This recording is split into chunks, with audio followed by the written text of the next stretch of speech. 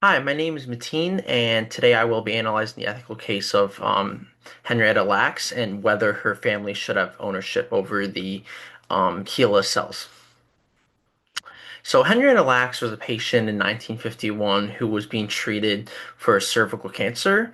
During her treatment, doctors took samples of her cells without her knowledge or consent. And what made these cells very unique was the fact that they had the ability to grow and divide continuously in a lab setting, which has never really been seen before. Um, because of this, scientists named them HeLa cells. So, as far as the impact, HeLa cells had a major impact in both science and medicine. They were used for the development of the polio vaccine to improve cancer treatments and overall advance genetic research.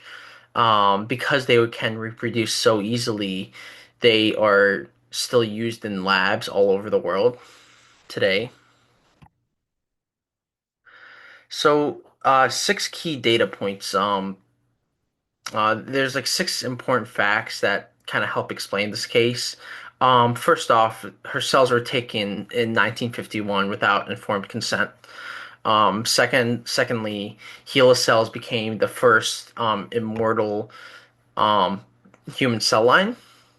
Third, these cells multiplied very quickly, increasingly rapidly over time, which made them extremely useful for research. Fourth is the fact that they have been used in thousands of scientific studies around the world. Fifth is the fact that her family did not know of the use of these cells for over 20 years. And the sixth important fact is the fact that researchers and companies made profits off these cells while her family received no compensation. And these facts kind of raise a lot of ethical concerns. There is no informed consent, which violates patient autonomy. From a theological perspective, it also violates human dignity because Henrietta was treated as a means to an end, like rather than a person. And there are also a lot of justices and like issues with justice we see in this since she did come from a more impoverished black family in a segregated healthcare system. Um and we definitely see how, you know, that was taken advantage of without her consent.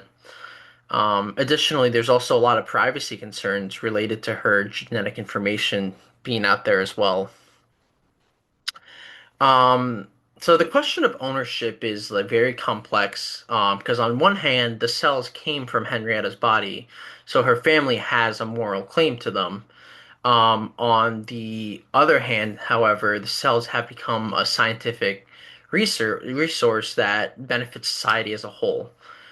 In my personal opinion, I feel like the family should not fully own the HeLa cells, as I feel like they've been so integrated into science and so they're so crucial for new discoveries. However, at the same time, I do think they deserve recognition, respect, and the ethical protection because the cells were taken without consent.